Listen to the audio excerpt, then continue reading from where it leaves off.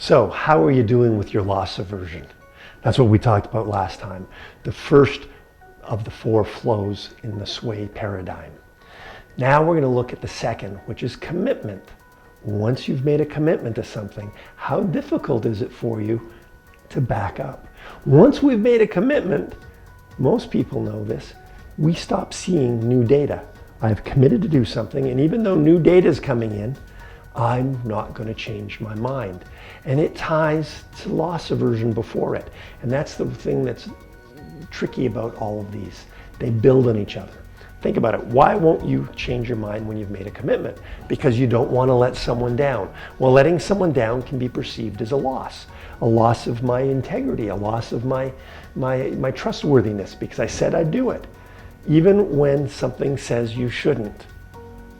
This happens all the time. And remember I said these sways will create highly intelligent people to do some pretty crazy things once they've made a commitment to something, or once they've got loss aversion going on. And they affect each and every one of us. And we got to watch out for it. One of the great examples is the South Korean War. The Americans knew, the president knew that they were going to lose. They knew they were sending people to die when they were sending them to the war. But he built his presence city on it. And he felt that if he backed down, it would be a disaster. It turned out being a disaster anyway. But he was so committed to what he had told the public he was going to do that he couldn't back away from his decision, even when the data told him it was bad. So how often do we do the same thing in our life?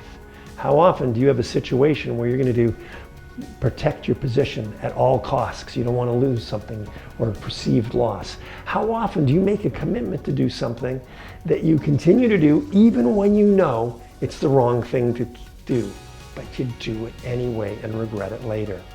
These are very real things.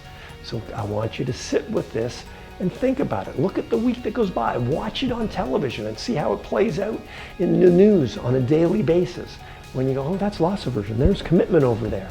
You'll see it everywhere because these are universal truths around pain versus pleasure. Next time we're together, we're going to talk about value attribution and how it even compounds deeper the first two.